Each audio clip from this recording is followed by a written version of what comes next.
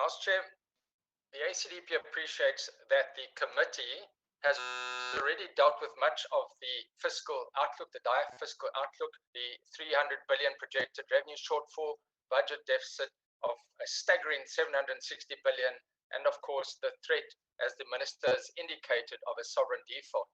And we note the downward revision of 863 million across almost all the programs of National Treasury. However, it is a center of excellence, and it guards the stewardship of the spending of our nation, and it helps to ensure that every rand spent must be carefully spent, and that increasing wastage, corruption, and impunity from the ACDP's perspective must come to an end, and we are fully aligned with the National Treasury to see that this is done, and that they operate with law enforcement agencies to play a key role in this regard, as you have pointed out before. We would remind the Minister again that billions of rands can be recovered, which can help reduce the budget deficit. And it is obviously equally important to ensure that funds are properly spent now and accounted for, and that any slippages, Minister, as you indicated, are eradicated.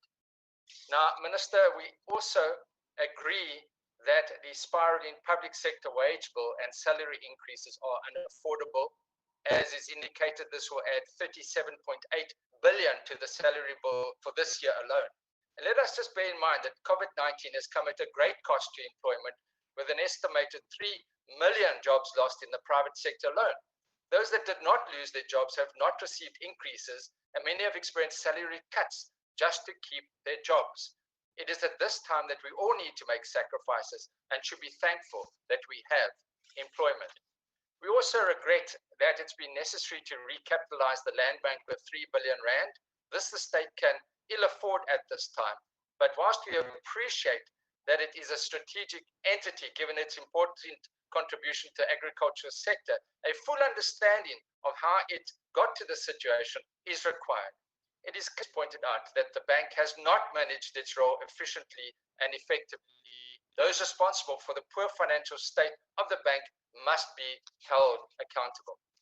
Lastly, House Chair, the ACDP is encouraged by the government's call to place infrastructure development at the heart of the country's economic recovery, moving from consumption to capital expenditure.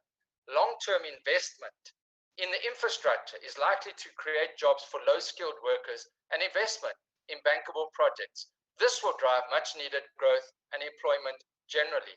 However, we would caution against supporting prescribing assets for pension funds for this purpose.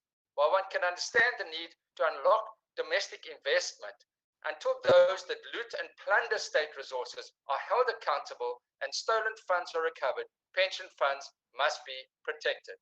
I thank you, House Chair.